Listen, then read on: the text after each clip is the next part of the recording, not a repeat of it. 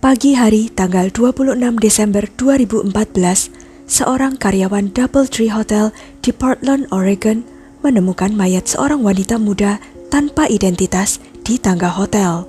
Kasus kali ini terasa menyedihkan karena ternyata meskipun wanita muda itu memiliki keluarga yang penuh kasih, yang dengan tulus merawat, mengkhawatirkan, dan mendoakan yang terbaik untuknya, sebagian besar pria dalam hidupnya memperlakukan dia sebagai sesuatu yang dapat dieksploitasi untuk tujuan mereka sendiri. Bagaimana kisah lengkapnya? Sebelumnya, silakan subscribe dulu channel ini serta nyalakan loncengnya untuk mengetahui kasus-kasus kriminal yang terjadi di berbagai negara. Ashley Benson, yang saat itu berumur 24 tahun, selalu tampak seperti orang yang sangat bahagia. Hingga usia 13 tahun, dia tinggal di Montana bersama ibunya, dan kemudian pindah ke pinggiran kota Portland, Oregon, untuk tinggal bersama ayahnya Michael dan ibu tirinya Jody. Ashley memiliki hubungan yang baik dengan ayahnya, dan segera dia menjadi benar-benar menyayangi ibu tirinya. Di Portland, Ashley menghabiskan banyak waktu bersama keluarga, menyukai kegiatan di luar ruangan, dan mendapatkan banyak teman di sekolah. Teman-teman memujanya karena sifatnya yang santai, tawanya yang menular, dan kebaikannya. Tetapi pada usia 17 tahun, hidupnya berubah tajam. Ashley melahirkan seorang putra yang diberi nama seperti nama ayah anak itu, Marlon. Marlon adalah pacar Ashley selama 2 tahun. Meskipun usia mereka masih muda, Ashley dan Marlon mencoba membesarkan anak tersebut bersama-sama. Pada awalnya, semuanya tampak baik-baik saja, tetapi pada tahun 2008, setelah menyelesaikan SMA, mereka tinggal bersama. Dan ketika keluarga muda tersebut dibiarkan mandiri mengurus diri mereka sendiri, hidup menjadi terasa sulit. Ashley sebenarnya bercita-cita ingin melanjutkan pendidikan yang lebih tinggi, tetapi harus menyerah pada mimpinya, agar dia dan Marlon mempunyai cukup uang untuk menghidupi keluarga kecil mereka. Sayangnya, Marlon dan Ashley tidak sanggup mengatasi tantangan tersebut dan akhirnya berpisah, sedangkan putranya tetap tinggal bersama Ashley. Meskipun situasi hidupnya sulit, namun dia berhasil menemukan rumah untuk dirinya sendiri dan putranya, serta melakukan pekerjaan serabutan apapun yang bisa dia temukan. Ashley perlahan-lahan bangkit kembali. Selama beberapa tahun berikutnya, Ashley mendedikasikan dirinya sepenuhnya untuk putranya. Namun, saat itu dia masih muda dan pasti merasa ada sesuatu yang hilang dari hidupnya. Beberapa tahun kemudian, seorang pria bernama Marcus Giles masuk ke dalam hidupnya. Ashley dan Marcus mulai berkencan dan tinggal bersama di Vancouver, Washington. Keluarga Ashley awalnya senang mendengar tentang adanya pria baru dalam hidupnya, tapi mereka mulai merasakan perubahan dalam diri Ashley. Dia yang biasanya selalu terbuka menjadi tertutup dan jauh dari keluarganya, sehingga hanya rumor yang memprihatinkan yang sampai ke keluarganya. Marcus melakukan segalanya untuk menjauhkan Ashley dari keluarga dan teman-temannya. Ashley lah yang membayar semua tagihan dan sewa apartemen, dan Marcus hidup dari uangnya, sambil mendiktekan apa yang harus Ashley lakukan dan tidak boleh dilakukan. Ayah dan ibu tiri Ashley mencoba untuk membicarakan masalah ini saat pertemuan langka mereka dengan Ashley, tetapi hanya sedikit yang bisa mereka lakukan, karena Ashley sudah cukup umur dan bebas untuk mengatur hidupnya sendiri. Kenyataannya, segalanya jauh lebih buruk, dan orang tua Ashley mengetahuinya pada bulan September 2013, ketika Ashley yang sedang ketakutan menelepon ayahnya sambil menangis. Ashley berkata pada Michael ayahnya bahwa Marcus telah menyerangnya, dan dia dikurung di dalam kamar mandi. Michael kemudian menelepon Marcus dan mengancamnya dengan kekerasan fisik jika dia tidak melepaskan putrinya. Segera setelah itu, Michael menghubungi polisi dan bergegas ke Vancouver. Ketika Michael tiba, Ashley dan putranya sudah berhasil melarikan diri dari apartemen melalui jendela. Sekarang menjadi jelas baginya bahwa putrinya mengalami kekerasan. Ada luka goresan di wajahnya, memar di bawah matanya, dan bibirnya pecah. Ashley setuju untuk pindah sementara, tetapi segera kemudian Ashley kembali dan terus tinggal bersama Marcus. Keluarganya mencoba meyakinkan dia untuk setidaknya berpisah sementara dari Marcus, tetapi berbulan-bulan berlalu dan tidak ada yang berubah. Pada saat itu, kehidupan Ashley dan hubungannya dengan Marcus membuat Marlon khawatir akan putranya. Jadi, dia pergi ke pengadilan untuk meminta hak asuh anak tersebut, dan tak lama setelahnya, hakim memenangkannya. Pada saat yang sama, keluarga Ashley khawatir bahwa ada sesuatu dalam kehidupan putri mereka yang tidak mereka ketahui. Pada hari Natal tahun 2014, putra Ashley menghabiskan waktu bersama Marlon dan keluarganya, sedangkan Ashley datang ke rumah orang tuanya untuk memberikan hadiah kepada orang tua dan kerabatnya. Marcus datang bersamanya, tetapi dia duduk di dalam mobil dan bahkan tidak memasuki rumah orang tua Ashley. Ashley berkata dia tidak bisa tinggal lama, menjelaskan bahwa dia berencana untuk menonton film bersama Marcus dan mungkin beberapa teman, serta menikmati malam dengan tenang. Ashley kemudian pamit untuk pergi. Keesokan paginya, Marcus menelepon orang tua Ashley. Dia memberitahu bahwa dia tidak bisa menghubungi Ashley. Michael dan Jody tahu bahwa Ashley punya kebiasaan membiarkan teleponnya sampai kehabisan baterai. Biasanya setelah beberapa jam, dia akan menelepon kembali seolah-olah tidak terjadi apa-apa. Jadi mereka tidak terlalu khawatir. Tapi seiring berjalannya waktu, kekhawatiran mereka semakin bertambah ketika Ashley tidak kunjung menelepon mereka kembali. Pada saat itulah, mereka menerima panggilan telepon yang menghancurkan dunia mereka dan menjelaskan mengapa mereka merasa Ashley menyembunyikan sesuatu dari mereka. Beberapa kilometer jauhnya dari sana, seorang staf DoubleTree Hotel di Portland mengalami masalah yang menegangkan. Pagi itu dimulai dengan kesibukan seperti biasa saat musim liburan. Tetapi kemudian sekitar pukul 11 pagi, seorang anggota staf hotel menemukan mayat di tangga lantai 8 tepat di belakang pintu. Dia melihat seorang wanita muda terbaring tidak bergerak di lantai. Terlihat jelas bahwa dia tidak dapat ditolong lagi. Ketika para polisi tiba, mereka menyadari bahwa wanita muda itu berpakaian tidak sesuai untuk musim dingin. Dia hanya mengenakan celana gelap dan blus putih tanpa mantel atau jaket, dan tanpa sepatu ataupun kaos kaki. Tidak ada tas, telepon, atau dokumen.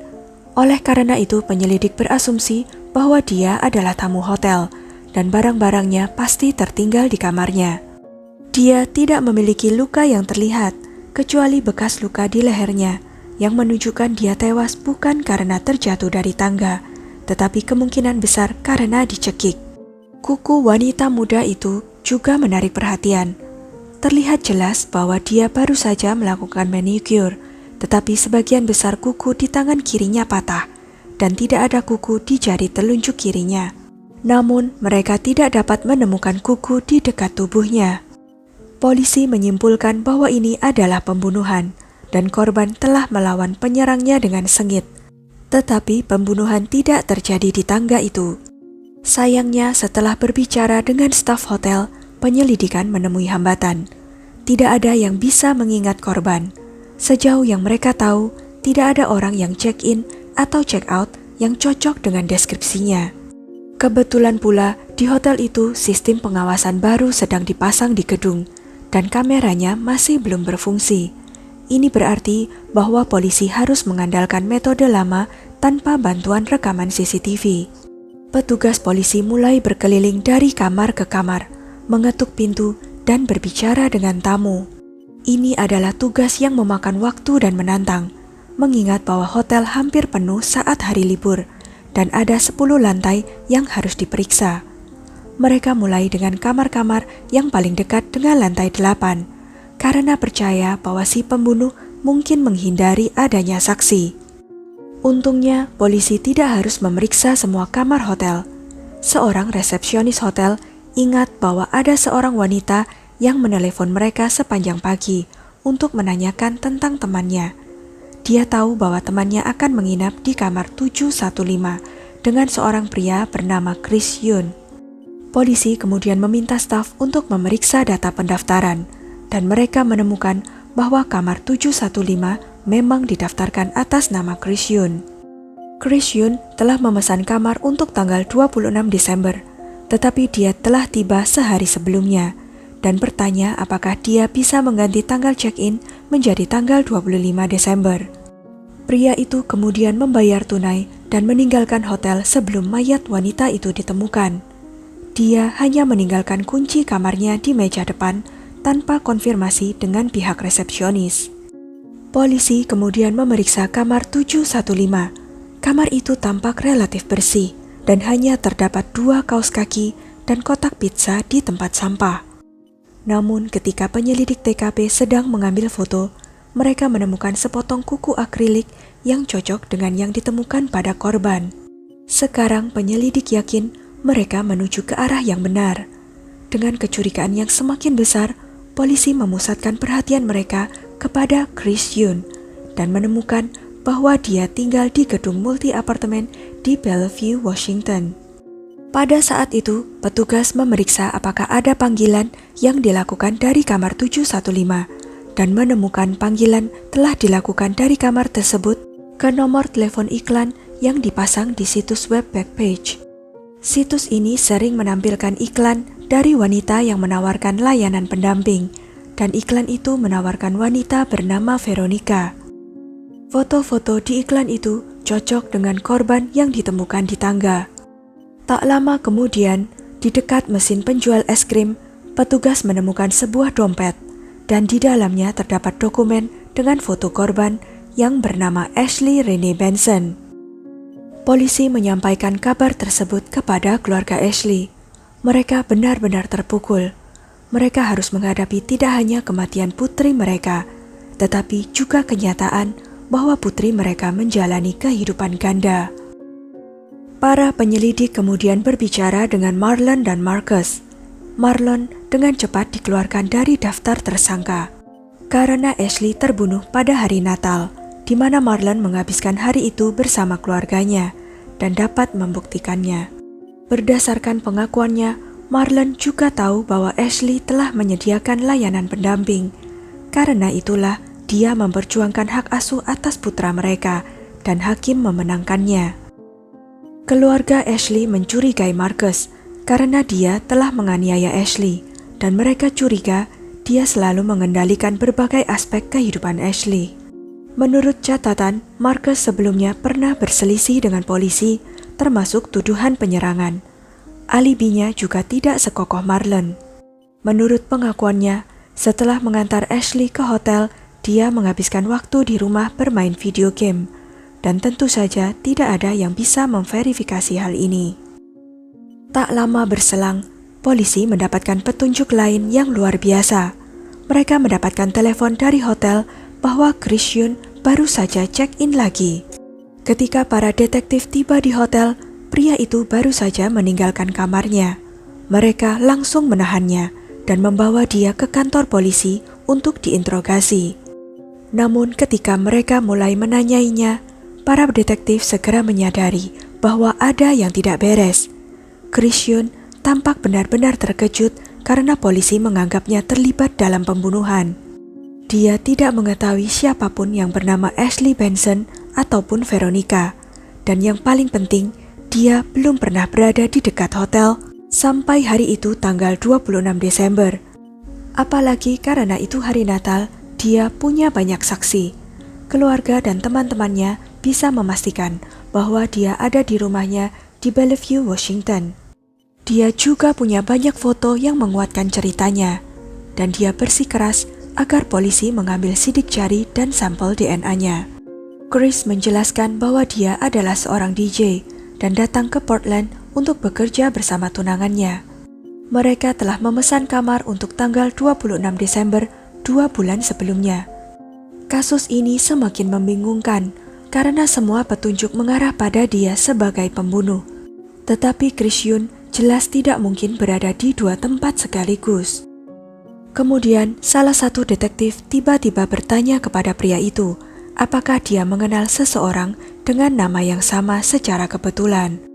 Chris awalnya dengan cepat menjawab tidak, tetapi kemudian dia berhenti. Sebenarnya di kompleks apartemen yang sama di Bellevue ada 2 Chris Yun. Kedua pria itu tidak memiliki hubungan keluarga, terlebih lagi nama belakang mereka jika dieja sedikit berbeda, tetapi sama pengucapannya. Para detektif tidak dapat mempercayai suatu kebetulan yang sulit dipercaya ini. Mereka kemudian menemukan ternyata pria kedua tersebut tiba di Portland pada tanggal 25 Desember dan telah menunjukkan SIM-nya dengan nama T-Bomb Chris Yun. Ejaan nama belakangnya tidak cocok, tetapi dia dengan tenang menjelaskan bahwa itu adalah kesalahan ketik. Dia membayar tunai dan pergi ke kamarnya. Kemudian, para penyelidik menemukan telepon Ashley terlacak masih berada di suatu tempat di dekat hotel. Polisi menyisir daerah itu dan menemukan ponsel itu di tempat sampah sekitar 1,5 blok dari hotel. Di dalamnya, mereka menemukan banyak pesan yang dikirim oleh Chris kepada Ashley. Pesan tersebut mengungkapkan bahwa Chris telah menjadi klien tetap Ashley selama beberapa bulan. Dan dia telah menelepon dan mengirim pesan pada Ashley puluhan kali pada hari Natal saja.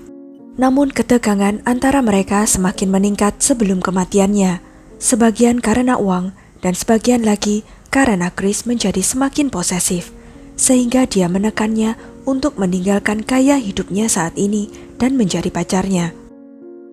Setiap kali Chris bertemu dengan Ashley, dia menghujaninya dengan hadiah ribuan dolar dan membawanya ke restoran-restoran mewah. Sebagai imbalannya, Chris menuntut agar Ashley tidak memiliki pria lain dalam hidupnya. Sesaat sebelum pembunuhannya, Chris mengiriminya email yang berisi, "Saya akan mengklarifikasi semuanya sebelum Anda membaca pesan saya. Saya bertekad untuk memberikan kompensasi kepada Anda untuk semua waktu yang Anda habiskan untuk saya sebelum Anda menganggap saya bersalah. Saya ingin Anda tahu bahwa Anda melanggar perjanjian kita. Anda memasang iklan baru dan meskipun saya memaafkan Anda, saya menemukan iklan lain." Dari email ini, jelas bahwa Ashley telah berjanji pada Chris bahwa dia tidak akan lagi memasang iklan jasa pendamping. Tetapi Chris mengetahui bahwa Ashley telah menipunya. Sekarang, para penyelidik yakin bahwa mereka tidak hanya menemukan orang yang bertanggung jawab atas pembunuhan Ashley, tetapi juga memahami motifnya. Mereka berspekulasi bahwa pada malam pembunuhan, Chris meminta Ashley untuk berhenti menjadi wanita pendamping, tetapi dia menolak dan mengatakan bahwa dia tidak ingin melihat Chris lagi. Karena marah, Chris mencekiknya dan meninggalkan tubuhnya di tangga. Tetapi masalahnya, tidak ada yang tahu di mana Chris sekarang berada. Dia tidak ada di apartemennya di Bellevue yang dia sewa sebulan yang lalu, dan hampir tidak ada perabotannya. Orang tua Chris yakin dia sedang kuliah dan tidak tahu di mana putra mereka berada. Lalu, para detektif menemukan bahwa pada pagi hari tanggal 26 Desember, Chris telah check-in ke hotel lain. Dia berkeringat dan wajah serta lehernya dipenuhi banyak goresan. Resepsionis bertanya kepadanya apa yang terjadi, dan dia menjawab bahwa dia telah berdebat dengan keluarganya, dan dia membutuhkan tempat untuk menjauh dari mereka. Chris tidak mendapat kamar di hotel itu, karena dia ingin membayar tunai. Jadi kemudian dia memanggil taksi dan check-in ke hotel lain di Portland. Ketika akhirnya polisi mendapatkan surat perintah penggeledahan dan melacak ponsel Chris, mereka terlambat tiba di hotel itu. Chris sudah pergi, namun saat berada di hotel, dia telah menelepon wanita lain yang menyediakan layanan pendamping. Sekarang mereka khawatir jika mereka tidak bertindak dengan cepat, mereka mungkin menghadapi 2 pembunuhan. Mempelajari kehidupan Chris, para detektif tahu bahwa Chris sering berpergian dengan kereta Amtrak antara Washington dan Oregon. Sekitar 2 minggu setelah pembunuhan Ashley, pada tanggal 7 Januari 2015, penyelidik menemukan bahwa Chris telah menginap di hotel lain di wilayah Portland dan telah membeli tiket untuk bepergian ke Washington pada hari yang sama. Polisi dibagi menjadi 2 tim, dengan satu menuju ke hotel dan yang lainnya ke stasiun Portland Union. Ketika mereka mendekati hotel, detektif melihat Chris Yun keluar dari gedung dan naik taksi. Mereka bergegas masuk dan bertanya kepada staf hotel apakah dia mengenal supir taksi tersebut dan jika dia mempunyai nomor telepon supirnya. Staf tersebut menelepon supir itu dan diam-diam bertanya kemana tujuan mereka. Polisi tidak mempercayai ketika mereka mengetahui bahwa Chris Yun kembali ke TKP. Di sana, Chris Yun hanya ingin mengambil dompet Ashley yang telah ditemukan petugas. Dia kemudian kembali ke taksi dan langsung menuju ke stasiun kereta. Saat tiba, Chris segera dikelilingi oleh petugas. Hal pertama yang dia katakan kepada mereka adalah, "Bagaimana Anda menemukan saya?" Selama interogasi, Chris Yun berperilaku cukup tenang, sopan, dan bahkan rendah hati. Dia mengakuinya, dia selalu merasa sulit untuk berkomunikasi dengan wanita. Chris bertemu dengan Ashley beberapa bulan yang lalu ketika dia meneleponnya setelah melihat iklan. Chris mengatakan dia memang ingin Ashley menjadi pacarnya, tetapi dia menyangkal telah terobsesi dengan Ashley. Chris menggambarkan pertemuan mereka pada tanggal 25 Desember dan mengakui bahwa mereka berdebat tentang uang. Namun begitu para detektif mulai mengajukan pertanyaan tentang pembunuhan itu, dia tutup mulut dan meminta pengacara. Yang menarik dari interogasi itu adalah bahwa Chris berbicara tentang Marcus. Menurut Chris Yun, Marcus sama sekali bukan pacar Ashley. Dia tidak hanya tahu tentang pekerjaan wanita pendamping yang dilakukan Ashley, tetapi dialah yang berada di balik semua itu, mengendalikan Ashley baik secara emosional maupun fisik, dan memaksanya melakukan aktivitas itu. Mungkin pengakuan itu tampak seperti upaya dari pihak Chris Yun untuk mengalihkan tanggung jawab ke orang lain. Tapi pada saat itu, dia bukan satu-satunya yang membuat pernyataan seperti itu kepada polisi. Beberapa teman Ashley yang tahu tentang pekerjaannya mengetahui keterlibatan Marcus di dalamnya. Jelas Ashley telah menjadi korban perdagangan manusia. Orang-orang seperti Marcus sering disebut mucikari Romeo. Mereka berpura-pura menjadi pacar, tetapi kenyataannya mereka memanipulasi gadis-gadis yang rentan. Seringkali ibu-ibu muda yang lajang membuat mereka jatuh cinta dan kemudian mengeksploitasi mereka, memaksa wanita-wanita untuk mendapatkan uang untuk mereka. Meskipun tuduhan seperti itu sulit untuk dibuktikan, Ashley sendiri mengakui selama persidangan hak asuh putranya beberapa bulan sebelum dia terbunuh. Ashley sempat mengatakan bahwa uang yang dia peroleh digunakan untuk menanggung semua biaya hidupnya dan Marcus, termasuk sewa dan cicilan mobil yang bahkan tidak boleh dikendarainya. Pada awalnya, Marcus menyangkal keterlibatan apapun dalam pekerjaan Ashley, tapi lambat laun dia mengubah pernyataannya dan akhirnya mengakui siapa Chris Yun dan mengungkapkan bahwa dia memang mengantar Ashley ke hotel tempat Chris Yun menginap pada malam pembunuhannya. Namun terlepas dari semua hal di atas, tidak ada bukti yang menunjukkan bahwa Marcus terlibat langsung dalam pembunuhan itu. Hanya saja dia memperlakukan Ashley sebagai miliknya. Seperti halnya Chris Yun yang kadang-kadang menghabiskan ribuan dolar, bahkan memberinya lebih dari $5.000 sekaligus. Ia merasa yakin bahwa dia punya hak untuk mendikte apa yang harus dilakukan Ashley. Menurut teori polisi, dia meretas email Chris Yun yang lain, atau entah bagaimana mengetahui bahwa Chris Yun yang lain itu akan datang ke Portland dan memutuskan untuk menggunakan nomor kamar yang dipesannya, bahkan mungkin menjebaknya dengan nama yang sama untuk pembunuhan tersebut.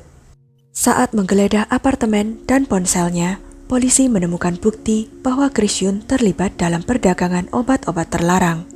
Hal ini menjelaskan dari mana dia mendapatkan ribuan dolar yang sering dia berikan kepada Ashley, meskipun tidak memiliki pekerjaan. Sementara orang tuanya percaya dia adalah seorang pelajar.